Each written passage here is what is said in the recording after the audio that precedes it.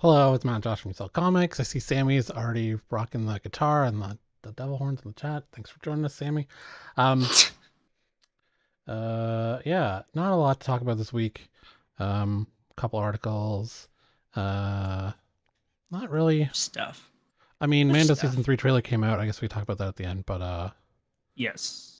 I mean, it's kind of quiet before the storm of Ant-Man comes out next month, right? Oh man. I mean, I don't know how much more tidbits we're gonna get, regarding the Marvel universe. I feel like it's gonna.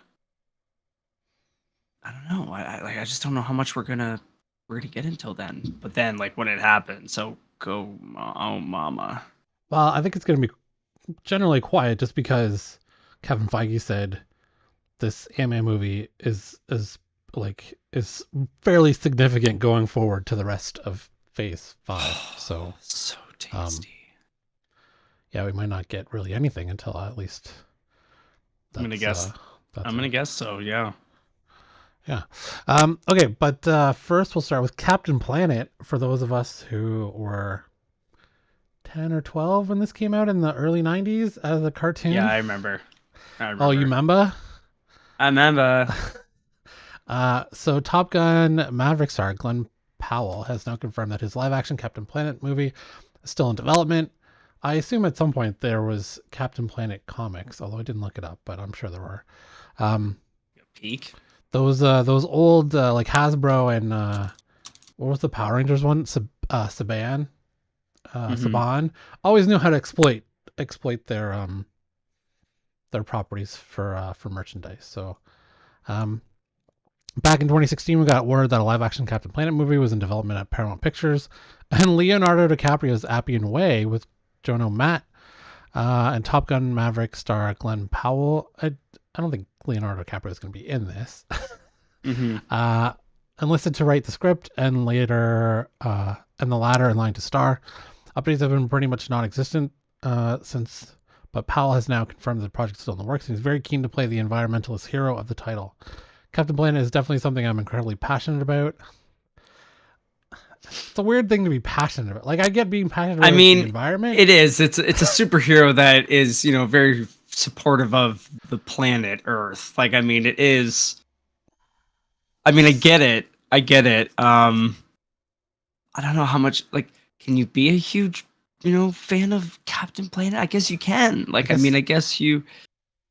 Sammy is. He wants to know if we know what all the powers are. I have no clue. I It do not was. remember It was. They whatsoever. were all elemental, Well, right? of It was all course, like it was. It water was. cleanup.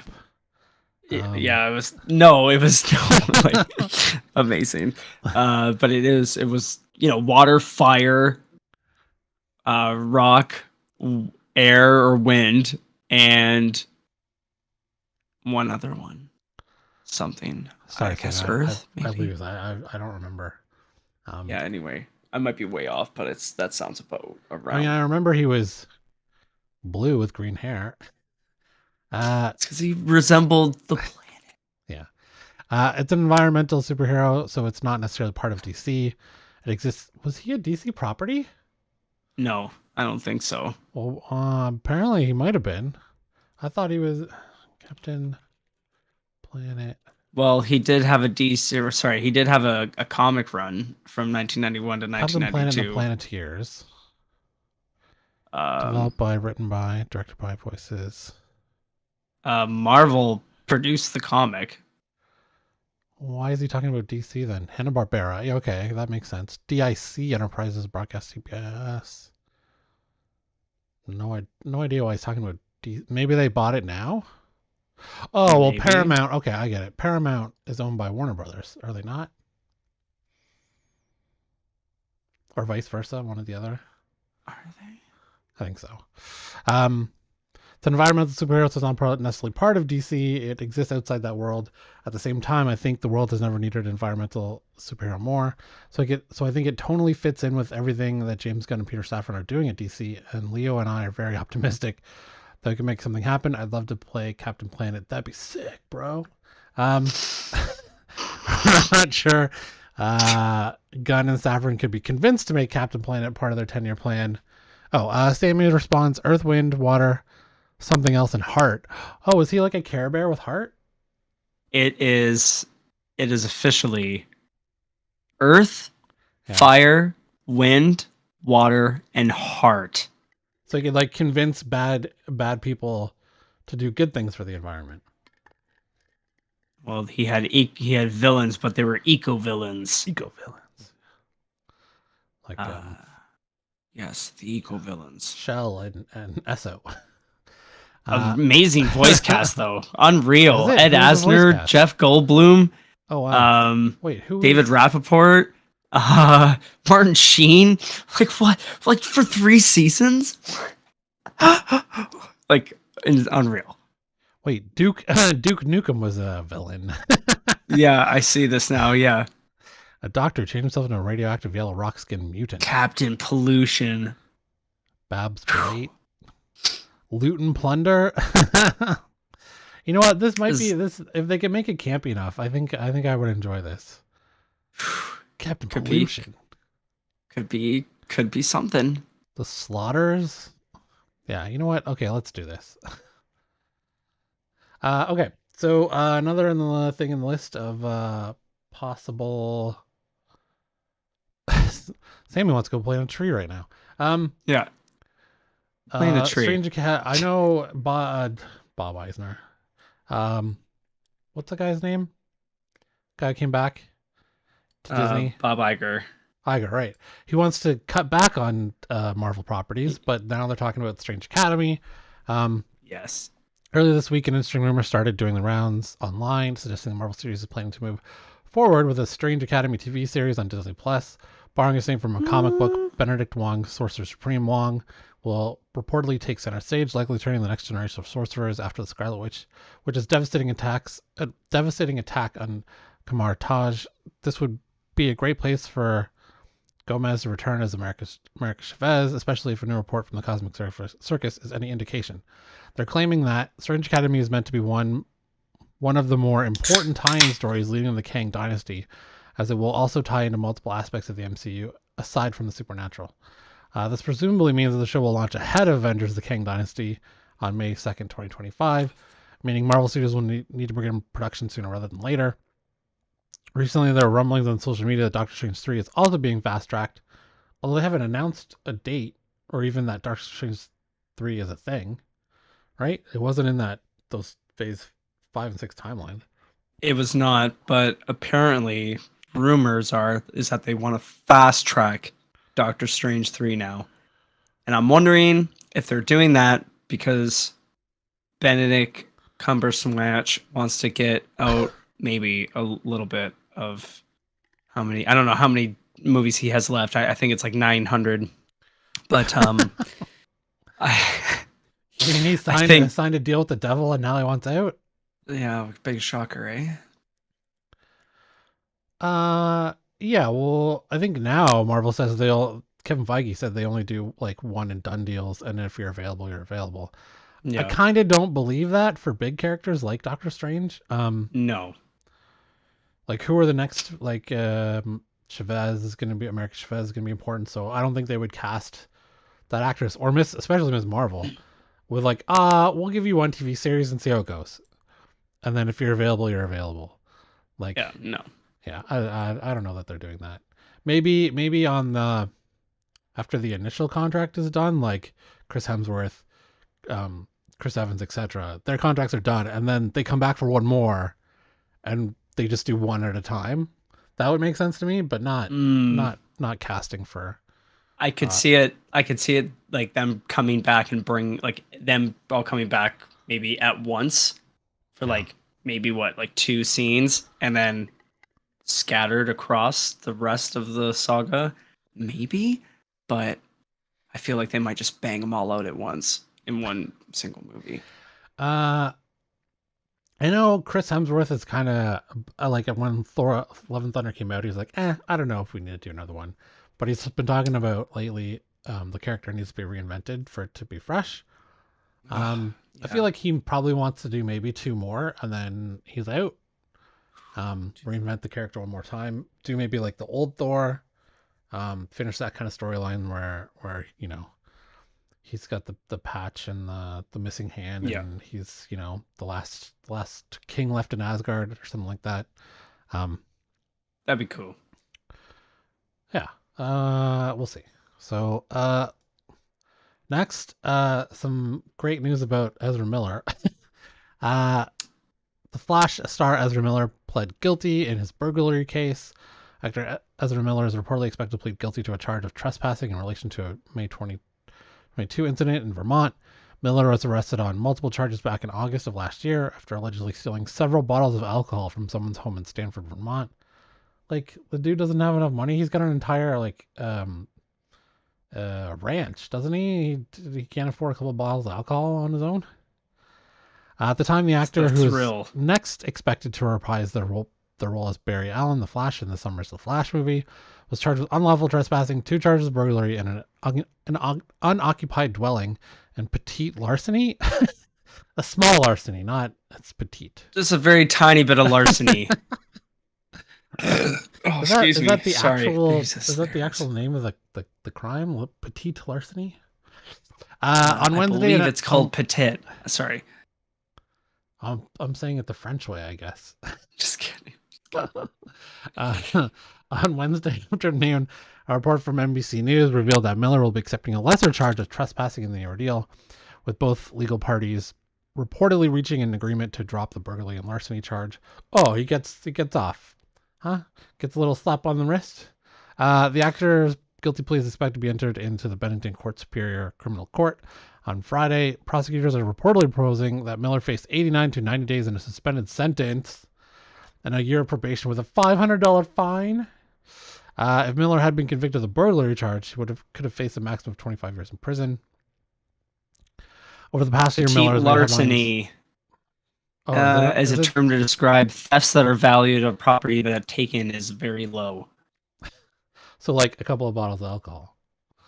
Yeah. Uh, Over the past year, Miller has made headlines for a string of controversial off-screen behavior after they initially got arrested for disorderly conduct and harassment in Hawaii in late March of 2022. That same night, Miller allegedly burst into the couple's bedroom window and stole several items from them, threatened to burn them, leading to a restraining order that was ultimately dropped. Just hours before that court appearance, Miller was arrested an additional time in Hawaii on charges of second-degree assault after allegedly throwing a chair at a woman, resulting in a half-inch cut to her head. The parents of an 18-year-old Standing Rock activist, Dakota Iron Eyes, then filed for an order of protection against Miller, alleging that the actor had groomed Dakota and supplied them with a high dose of LSD. Just a week later, another parent in Massachusetts secured a temporary restraining order against Miller after they reportedly exhibited menacing behavior towards the now 12-year-old and brandished a gun on the mother. Miller subsequently deleted their Instagram account after posting a string of messages about being in another universe. Later, Yes. I'm When sorry. two parents have to get a restraining order against you, everything is fine. Yeah, so a week later, we got the. Well, let's see. When was this article? This was. Fucking Oh, 2 days seriously. later. He'll serve 1 year probation after pleading guilty. So he did end up pleading guilty with the plea deal from the prosecutor. He pays $500, and guess that's it. So being a celebrity wins again. Yeah, Um, big shocker there.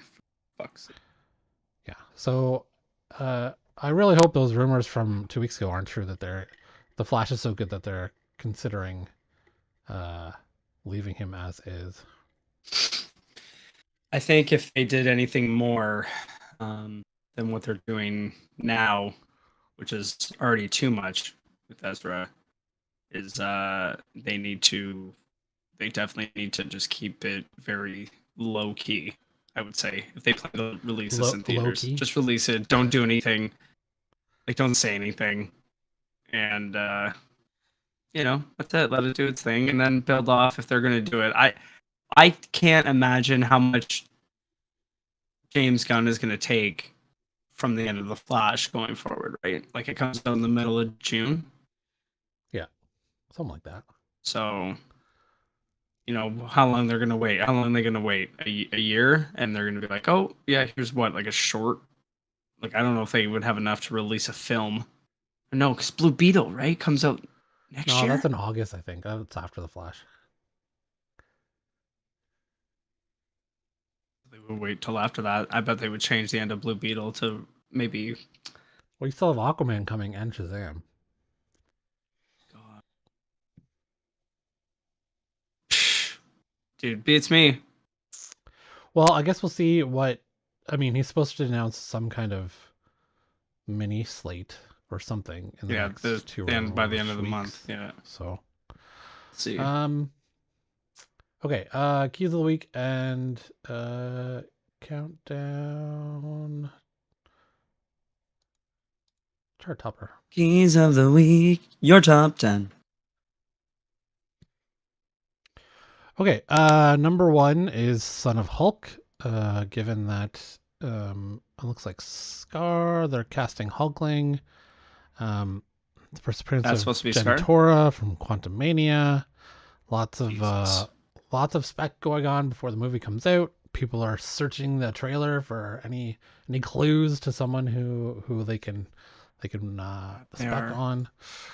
Joker number two covers are apparently going for a little bit right now. Pregnant controversy. Ooh, I have this one but it's in my stack to read. I haven't got to it yet, so I don't know what the pregnancy controversy is. I don't But know. the Lee I haven't heard anything. Bermejo cover, he always does the kind of like more realistic covers, is going for a lot. So those are number 2 and 3 this week.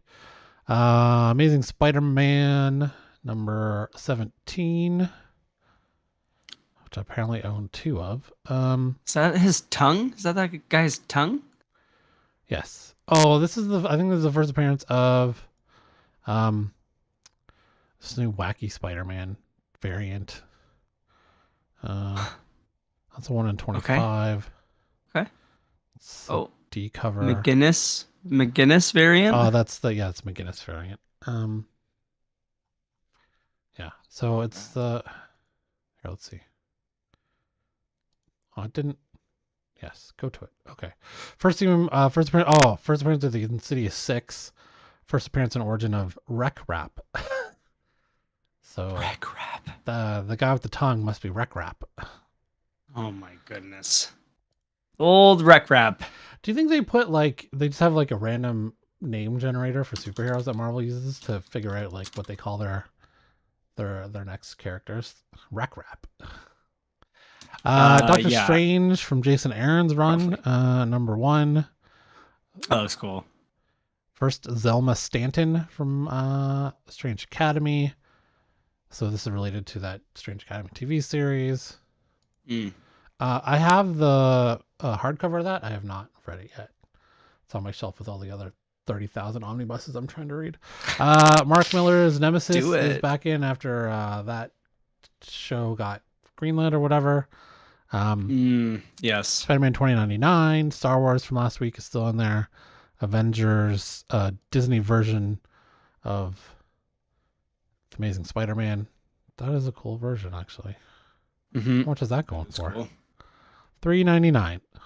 Oh, $170 for the black and white version. I guess it's a 1 in 100. Damn. So yeah, like my birthday's in April, Josh. If you wanna. Perfect. Okay. Son of Superman. This from 1997. First electric blue. Yeah, I remember that. First blue electric suit variant. Damn. It's not terribly priced an 8 or a 9. It's not a bad cover either for display. That's cool. That's okay. Cool. I like the black one rather than the other one. Huh? You didn't even finish. Oh, I already talked about the Spider-Man 2099 and the Star Wars from last week. Oh, really? Oh, okay. Yeah. Yeah, that's fine. I just really liked how they looked. Oh. Yeah, this is the first appearance of Spider-Man from the year 2099. Right. It's the first solo Miguel O'Hara. Yeah. Wow, 130. Yeah, it's up 43 for the foil. 43 bids for $130, 9.8. Yeah. Star Wars number Yeah, I don't know I why like this both those is. covers. I don't know why this is. Oh, it just looks like the. Oh, it's the first Nihil droids. Okay, appearance. That's why. Right. Okay, so keys of the week. Not a ton of keys this week out in stores. Sonic the Hedgehog, Scrapnik Island #4. A deep cut from Sonic the Hedgehog unofficial media was recognized in this comic book when Mecha Sonic threatened, "I'll crush you," which was a line used specifically in Super Mario. Why is this a key? What the Specifically used fuck? in Super Mario Brothers uh, Z, a 2006 animated web. I don't know why that's a key. That's weird. Um, It's gotta be something. Wakanda #4, first appearance of Kimmy, love interest of Tosin, origin of Ben Hazine. Tosin is T'Challa's son, which was introduced in Black Panther Wakanda. I Um, don't know how to say that. Lazarus Planet, Assault on Krypton #1, first appearance of a new villain, debut of new powers of Mercy Graves, lead in to Adventures of Superman #1, Batman One Bad Day, Bane #1. All of these Batman One Bad Days have been really good. Mm. I'm definitely going to pick that up. One shot imagining of Bane in the future as a washed up wrestler, first appearance of Grudge, an adversary of Bane. Oh, here's one for us, Moody. Canuck Beyond #1. After being flung Nice. through an interdimensional portal, Captain Canuck finds himself stranded on an alien world. Um, That's tight. I don't think I've never heard of this publisher. So He the looks art's not the, dope. the art's yeah the art's not bad. It looks like he's got kind of like a bow staff laser sword thing. Not sure my local comic shop will get that though. That seems pretty indie. Immortal Sergeant #1, on the eve of his retirement, a grizzled detective catches a break on a murder case that has haunted him for decades, but due to circumstances, he must drag his anxiety-riddled adult son along for the ride or risk losing the lead forever. Mighty Morphin Power Rangers #104, Origin of Rita Repulsa. You think they would have done that origin, like, I don't know, book number 2 or 3? Mm-hmm. White White Savior #1. An Oh, ancient prophecy danger foretold close there. An ancient prophecy foretold of an outsider that would save the peaceful village of Inoki from an unstoppable army, but the American army captain in their midst is obviously an awful drunken idiot. Okay, so maybe it's satire. Maybe. Batgirls #14, silent issue, no dialogue. Okay, it should be a quick read. Batman and Superman World's Finest #11 variant. Variant covered by Third Man Records. Oh, it's from Jack White, the recording company of Jack White from the White Stripes, who inspired Joker's real name. Inspired the Joker's real name? How's that possible? Joker's had a real name for like 50 years. Jack Oswald White as revealed in Flashpoint 5. Okay. So it's an alternate timeline Joker name.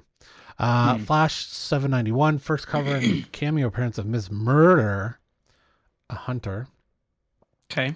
Nightwing #100, a milestone issue. Apparently this one is pretty important going forward with the Justice League and the future of DC. You might Ooh, want to pick my. that up. Stargirl, The Lost Children #3, first appearance of Childminder, many first appearances. Amazing Spider-Man #14, second printing incentive variant. Venom 15 variant cover. Wasp Damn. #1, 4-issue limited series team up of Janet Van Dyne and Nadia Van Dyne. They kind of have an Ant-Man version of this one too, and I got the first one and I did not like the art.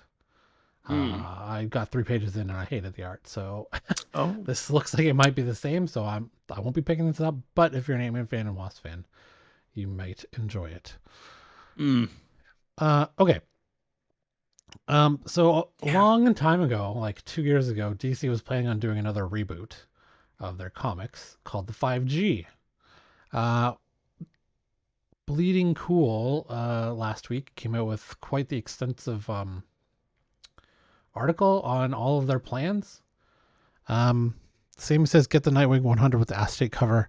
It has Batgirl on the inside cover.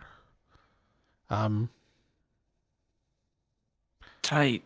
That's the what was the name of that? Oh, did Clayton Crane and what's his name get to the Nightwing one with the acetate?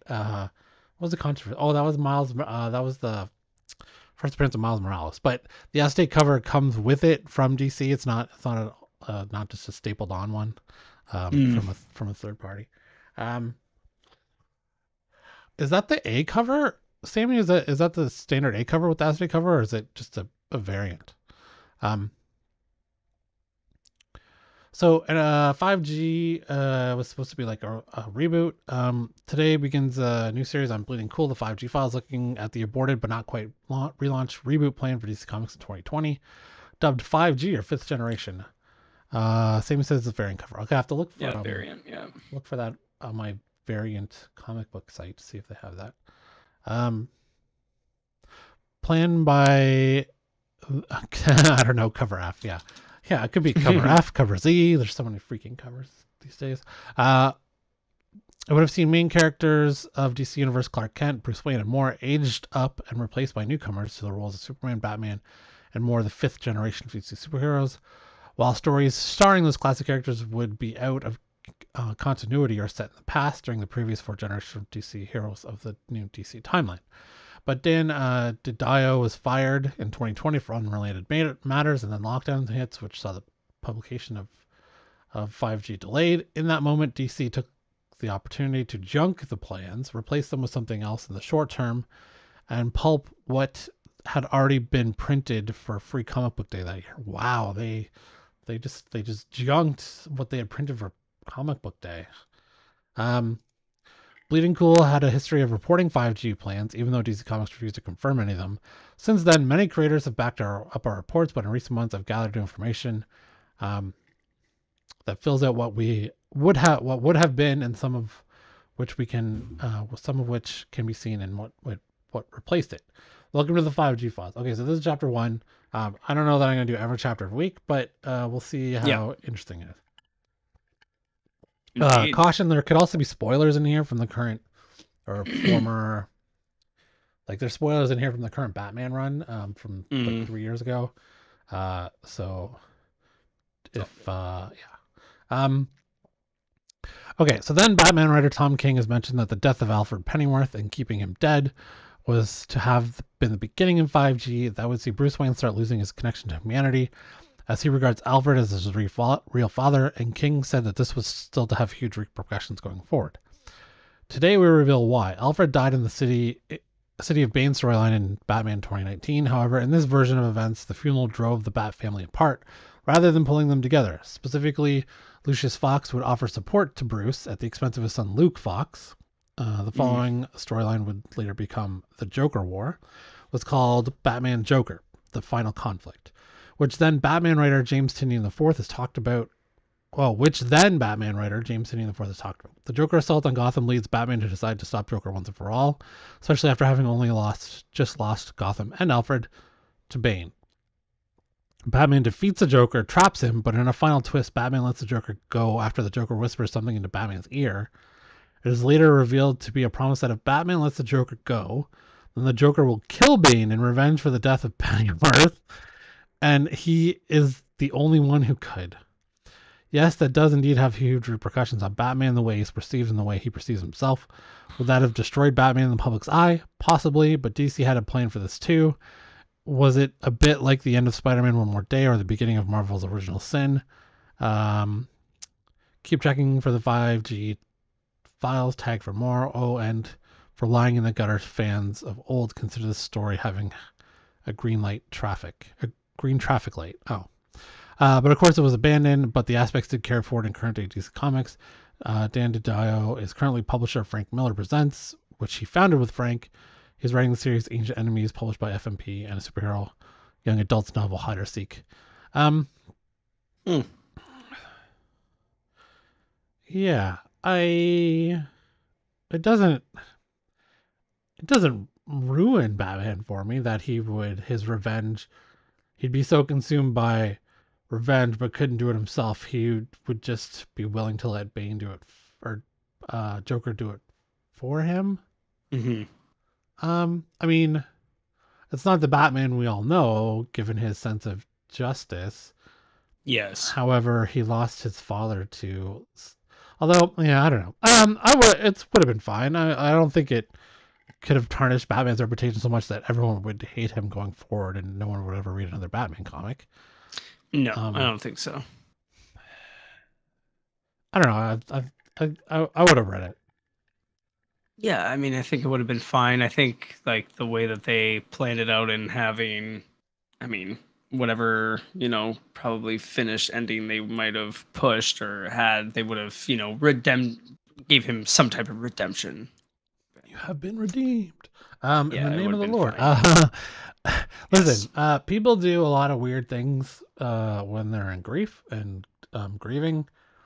I Mm. can't say a crime fighter wouldn't just drop his ethics this one time for revenge.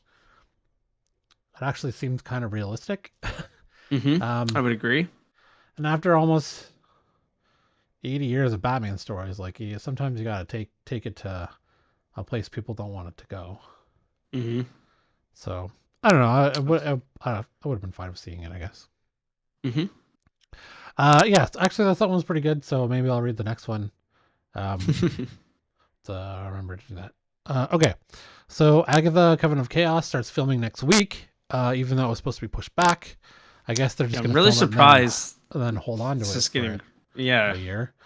The Hollywood Reporter has confirmed that Marvel Studios is set to start rolling cameras on Agatha: Coven of Chaos next week and have uncovered the list of directors that will help tell the next story in the Marvel Cinematic Universe. Head writer and executive producer Jack Schaefer will helm multiple episodes of the 9 episode series. Okay, so it's 9 episodes. With Gonda Montiero, Rachel Goldberg. Oh, she did Cloak and Dagger and Minds MC. I have to get back to Minds MC. We watched the first season and it was good. We just never got back to it. hmm Um, Two-time primetime Emmy nominee Catherine Hahn will headline the series Agatha Harkness, who we last saw her had been defeated by Scarlet Witch and had been trapped in Westview, cursed to remain in her Agnes persona. Supporting cast will be Emma Caulfield Ford, played by Sarah Proctor, Deborah Jo Rupp, Sharon Davis, Dayton Payton, played by John Collins, David Lengel, Asif Ali, Amos Gillick, lots of people. Oh, Kate Forbes of Evanora Harkness, daughter. Mm. Also, Aubrey Plaza is going to be in it. Awesome. Yeah. Um, and some other people with names I don't recognize. So, yeah, so they're filming it now. Probably take 2 or 3 months to shoot, another 8 months of production. So we're probably looking at maybe Halloween 2024. They hold Yeah, on I to it that would. long I mean, unless they crush it and pump it out this year, but for Halloween 2023. yeah, but I don't know. Um, Interesting to see what Aubrey Plaza might play. Like, oh my god, what a I mean, She's either gonna I play like a foil to Agatha I don't know, or but like an apprentice. I was kind of getting excited. I'm like, what if she like plays her character from Legion? Like, I don't even know. Oh, Oh I thought man, you were gonna say so from many Parks and things Rec. That'd be amazing too. comes in. All good. Okay. So Marvel has been doing this Black, White, and Blood series with different Ooh, characters. They've done it with Deadpool, Wolverine, Elektra, and now they are doing it with Darth Vader. Super stoked about this. I really like the. Oh, and they also did it with Moon Knight. Um, for the most part, really enjoyed all of them. There was one story for Moon Knight that I didn't like, and the art was fucking terrible. But most of them are like, well, not all of them are whole stories. Like one issue will have like 2 or 3 stories in it, but hmm it's all black, white, and red. So yeah. Still though. yeah. So the latest series in Marvel's Black, White, and Bloodline that's previously spotlighted Elektra, Wolverine, Deadpool. The format presents these stories in stunning black and white rather appropriately red. Now we'll see Darth Vader unleashed like never before in tales of terror set throughout the Dark Lord of the Sith's brutal history. Um, Not sure you're gonna get a lot of blood though. Like Star Wars comics have never had a lot. Like I don't really remember any blood being in it, even with lightsaber duels. So I don't know. Um, Mm. It's just gonna be a red lightsaber everywhere, I guess. Guess. Like The I'm trying to debut issue think. will Yeah, also they include just. a story written and drawn by visionary creator Mm. Peach Momoko. In her first ever interior work for Star Wars comics. Oh, that one's big. People will be stoked about that. There's a very certain subset of comic book fans who love Peach's covers, and if this is her first like interior artwork, it's probably gonna it'll say sell gangbusters. Um, Mm-hmm. and then mark the Star Wars debut of acclaimed writer Torn Gronbeck. All I am surrounded by is fear and dead men. That moment from Vader down is still one of my favorite things I've written during my time at Marvel. Aaron says, I loved getting to let Darth Vader cut loose with all of his power in such an epic way, and I couldn't Cut pass up the loose. chance to revel in the dark side again and put Vader in an even more perilous situation and then see how he carves his way out of it. Oh, This is a project we've been waiting to do for a while, and we've got more amazing talent lined up that I can't wait to announce. Editor Mark Panacea adds, it's such a thrill to use this unique storytelling approach on one of the greatest villains in the galaxy. So here's the first cover. Yeah. Um, much Comes taste. out April 26th. I'm sure there's going to be a lot of variants of this. There's usually two or three at least. Mm. Tasty. But yeah, that one's pretty good. So April 26th. Okay, so good news about Jeremy Renner. He is now home after his terrible accident. Yeah. Um, do you have a cat distracting you? No, sorry. I thought my Oh. fan exploded, but sorry. Um, so over the holidays, Jeremy Renner got run over by a snowcat. So he was in the hospital for what? I guess about a month. No, what happened after Christmas or just before with that Yeah. terrible storm? I think it happened Yeah. during Christmas, didn't it? Like that terrible storm came that weekend of Christmas.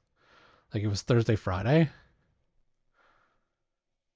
Wasn't But it like here the it says New same Year's night? Day. So It was so the same. It was the same night that the Hamlin thing happened Hamlet thing happened.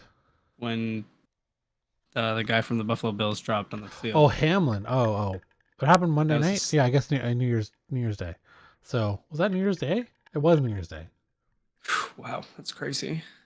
The Half a Hawkeye month. star has now shared another positive update of status, revealing he's left the hospital and is recovering at home with his family. The reports that Renner may have had his leg amputated, but thankfully that doesn't seem to be the case. Oh, good. Um, Nice. there was initially some confusion as to what initially caused the accident, but eventually came to light that Renner was run over by his own snowplow when he attempted to regain control of the vehicle. After successfully towing his personal vehicle from its stuck location, Mr. Renner got out of his piston bully. Oh, see, that even got wrong too, because it said it was a snowcat, to speak with Mm. his family member. At this point, it is observed that the piston bully started to roll. In an effort to stop the rolling piston bully, Mr. Renner attempted to get back into the driver's seat of the piston bully. Based on our investigation, it's this point that Mr. Renner is run over by the piston bully. So, what does a piston bully look like?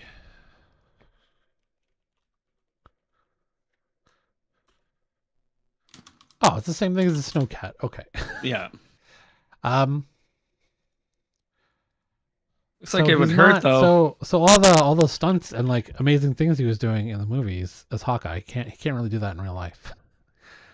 No, he can't. And yeah, he tried to jump in over yeah. Um well, it's good news he didn't lose a leg.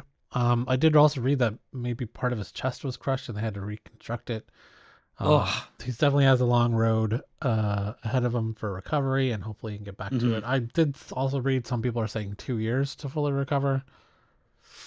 I don't know. It's got to be a good sign that he's home after like 2.5, 3 weeks, right? Like, Yeah, absolutely. Especially so bouncing back from that. Excuse me. yeah. So, and we just started Mayor Kingstown second season tonight, and the show's pretty good. Also has Hugh Dillon, Mm. another Canadian singing legend from Kingston. Uh, yeah. Okay, so James Gunn is teasing us all with what the Superman story is going to be. Um, Recently appointed DC Studios co-CEO James Gunn has confirmed that multiple big and small screen DC projects are in the works. Fans are arguably most interested to learn what's in store for the Man of Steel. When Henry Cavill exited the role, Gunn revealed that he's planning a full reboot with a younger take on Superman, which would focus on his early days as a Daily Planet reporter, Metropolis resident superhero. A few unsubstantiated rumors aside, we haven't really had much more to go on, but Gunn has now sent speculation into overdrive. It's so funny how one like little thing Yeah. can send the internet aflame. Yeah. So he tweeted this picture: "The secret to happiness is starting the morning with coffee and comic books," and it's a picture of him reading the All-Star Superman hardcover, written by Grant Morrison and Frank Quietly, and Jamie Grant. People love this All-Star Superman take on Superman. Grant Morrison is a very good comic book writer. His new X-Men is great. I have yet to read his Batman runs, but his X-Men one's great. And people love this All-Star Superman and won some, I think, Eisner Awards. So, yes, the Eisner Award-winning comic book hit shelves in 2005 and is still widely viewed as one of the best Superman stories ever told. It's entirely possible Gunn will take some inspiration for his new take on The Last Son of Krypton. Then again, he may simply enjoy some quality reading with his morning coffee. Well, how are you supposed to know, dude? Like, it seems like he's seems like he's teasing us all with this. So to give you like, if you're not sure what All-Star Superman is about, Superman goes to save an expedition that gets too close to the sun. That's trying to get doing a scientific study on the sun. So they get too close. Lex Luthor sabotages the expedition, and Superman essentially gets irradiated with too much solar radiation. So his cells, while he gets new powers, like he's supercharged, his cells start to die. So he has like a year or less to live in the storyline, but he doesn't tell anyone. So it's the story is him like heading towards death, like he's gonna die, and et cetera, et cetera. Wow. So, Wow. Yeah. So could be pretty heavy emotion wise. I've yet to read this. It was before I was collecting again. So I will see if my local comic book shop has it in stock. Maybe not, but I think it's readily available on Amazon still. Although I think there was 10 copies left this morning when I looked on wow on the first Amazon. Well, I mean, it was in 2005, and I don't think it's been reprinted recently. So, but I'm sure it's getting reprinted now, though. DC is going to be like, oh, I just have to tweet one picture, and then we'll just have to print 100,000 copies, and we'll all sell them out again. So, not sure this guy is right for Superman. Jacob Elordi, I don't know who that is. Don't likey. Me no likey.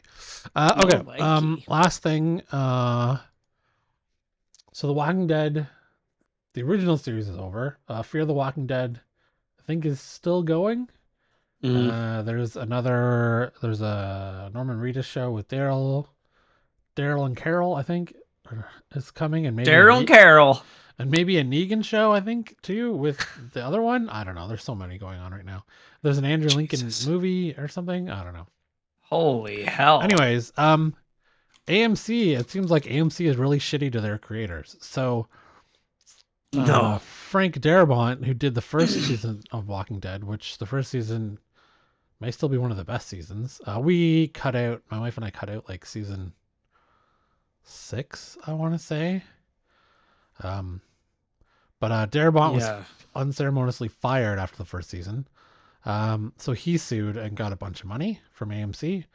And now the creator, Robert Kirkman, Galen Hurd, and fellow executive producers are suing them for $200 million.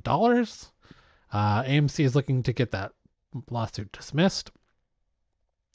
AMC wants a $200 million profits lawsuit from The Walking Dead creator Robert Kirkman, Galen Hurd, and fellow executive producers to be dead on arrival. Having lost resoundingly in state court on different theories, plaintiffs are at it again, now asking this court to hand them a multi-million-dollar windfall through a new argument that finds no support in plain language or purpose of that contractual provision known as most favored nation clause. I don't know what that means. If there's any lawyers in the chat, let us know what most favored nation Yeah, means. please. The James Dolan-led company declares in a motion to dismiss memorandum filed late last week in federal court. If you're confused, let's be clear. This is not about the Walking Dead profit participation action alleging sleight of hand that Kirkman, Hurd, David Albert, Charles Eagley, and ex-showrunner Glenn Mazzara filed in 2017 against AMC. Oh, this is a second lawsuit. It's totally different. After being sliced and diced in a mini trial in 2020 and then hacked up further. Okay, whoever wrote this is a little cheeky. Yeah, what? Yeah, like they're just making puns. So many puns. Now retired Los Angeles Superior Court. The remnants of that trial-bound matter are headed to arbitration. Over a decade of many The Walking Dead profit lawsuits, this breach of contract action AMC is trying to get tossed is the one over two-faced treatment that Kirkman and company filed on November 14th. Shifted over to federal court in mid-December due to jurisdictional issues. This lawsuit is an attempt by the same EPs to have the modified adjusted gross receipts definition that they say was recorded to original Walking Dead showrunner Frank Darabont also given to them. I feel like this kind of seems like the typical movie TV studio of, oh, this show doesn't make any money thing. I know you're supposed to get a percentage of profits, but there are none. It all disappeared. Like, New Line in Lord of the Rings. It seems a little crazy to me that it's not making any money, considering that The Walking Dead did 11 seasons. Mm-hmm. Fear of the Walking Dead is in its 8th season. There's 8 seasons of that? World Beyond has already done 2 seasons. So Tales of the Walking Dead has done a season. Yeah, a season. And there's 2 already in the works with a 3rd one. I don't know anyone that watches Fear the Walking Dead. Do you? I don't even. No. Does anyone in the chat watch Fear the Walking Dead? So I know it had one of the cast members from Deadwood, Miss Joni Stubbs. She was great. Exciting. But yeah, I don't know. Is that world that interesting? It needs that many shows? I don't think so. Yeah, I don't know. But maybe we're wrong. We could be wrong, since we haven't watched it in 6-7 years now. That's true.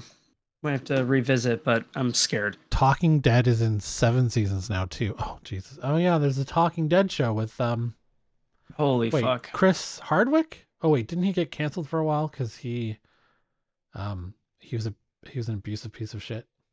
Yeah. But I guess they picked it up with some other host. So that's what they normally do. Okay, you know what? Last 2 things. One, Mandalorian. Did you watch the trailer? I did. Yeah, totally excited for that. Nice. There was a great Jedi scene that I don't know where that's from, but I 100% want to see it. Jedi scene, as in from the flashback? Well, I mean, I assume that's a flashback, but that's a flashback. Yeah, that's a flashback. It could be an Order 66 flashback, I guess, but and it's going to be. But here's the question: I think that's on everybody's minds: is who's on the other side of that door? It's gotta be Anakin, right? It's gonna be Sweet Annie, and he's gonna cut those motherfuckers down. Slash. Could it be the Emperor? He's gonna cut him. Like, no, maybe he didn't do anything. Maybe some Jedi, after Anakin went to the temple, maybe some other Jedi showed up back at the Senate to take on. I mean, it's possible, but I don't know. Although Yoda was there too, so yeah. Okay. Now, what else? What else in the trailer? Well, what else in the trailer? Oh, trying to think. well, Coruscant. We're seeing Coruscant. It's gonna be sick. Yeah, being on Mandalore is going to be sweet. Yeah, it's Um, gonna be so sweet.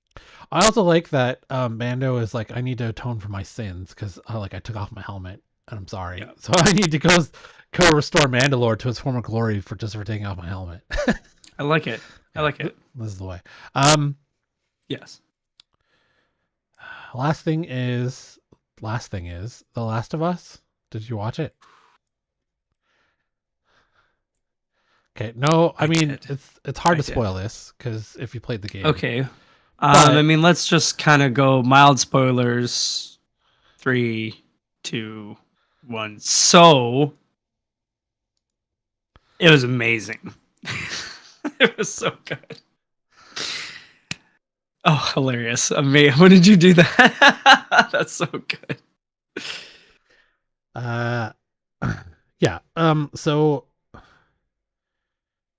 I played that game on PS4. I never played on Yeah. PS3, but I played the remaster on PS4 when it first came out. I played it a little bit. I started playing it again maybe 2 or 3 years ago.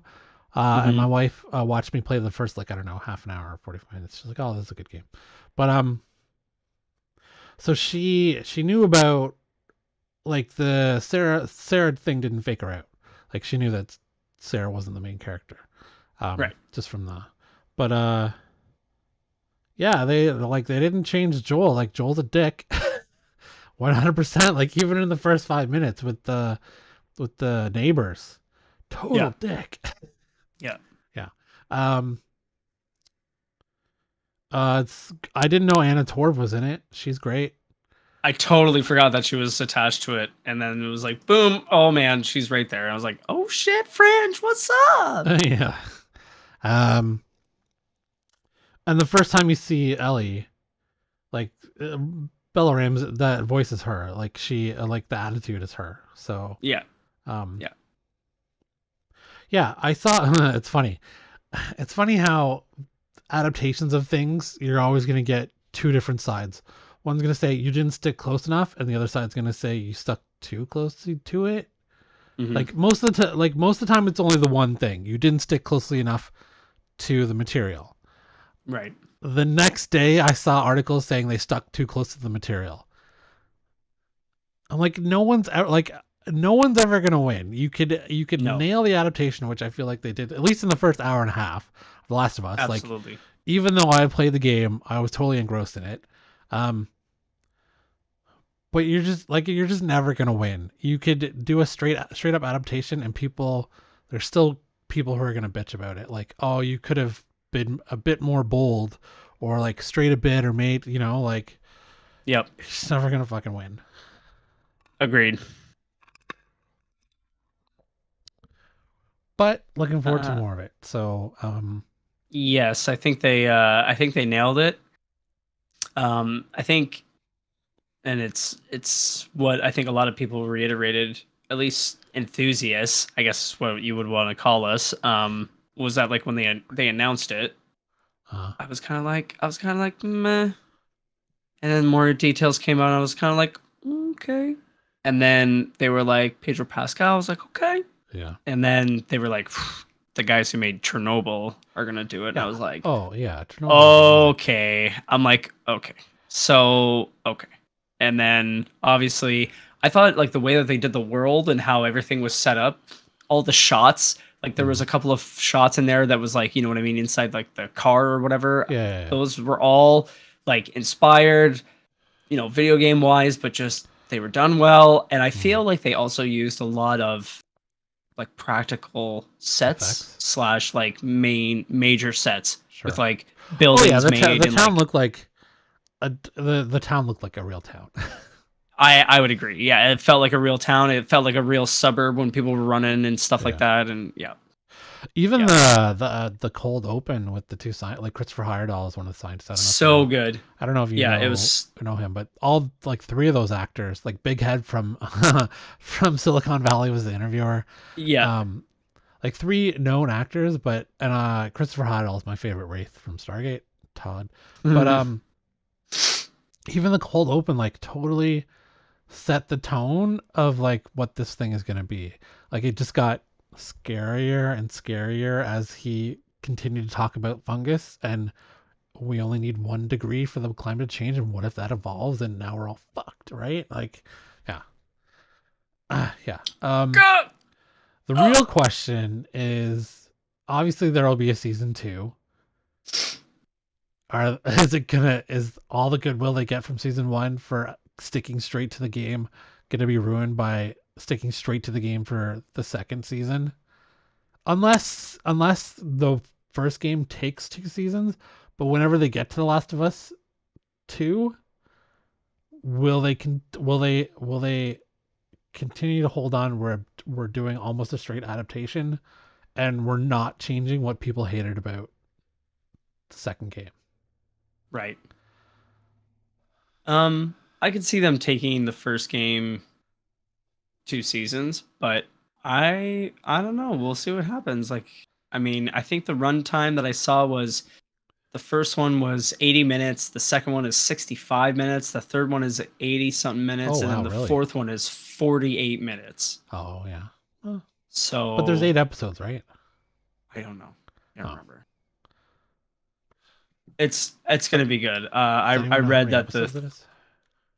I read that the third episode is one of the best ones. Apparently, it's amazing, and that the Nine. character There's and nine the person. episodes.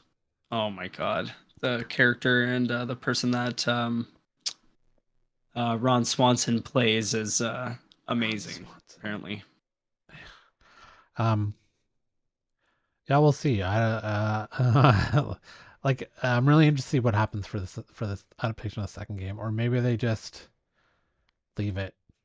Like there was a trailer that came out after or at the end of the credits or show where it showed shots from the DLC of the first game, yeah. right? With the mall and the I forget her name, but Ellie's first girlfriend. Hmm. So they're gonna include that. So, but that I forget what timeline that happens in the game. Does that happen after? I thought it happened after, but we'll see. Yeah. So I'm wondering how they're gonna stick that in. But Yeah, I'm it's always gonna be curious super about how interesting to they're see gonna how they stick it handle in. the second game because there's no way like this had the second biggest viewership on HBO behind House of Dragons. There's no way they don't give this a second season. No, there's no Um. chance. So Since how second to Host of the Dragon, it's like yeah, what? 4.7 million I think watched like live. That is However many unreal. watched on HBO Max, whatever. But yeah. That's crazy. It's crazy. Okay. Well, that's it for this week. Appreciate everyone coming and hanging out with us. Um, Thanks, everybody. we'll be back next week, same time, same bat channel, I guess. Yeah. Okay. Thanks, everyone. Have yourselves a good night.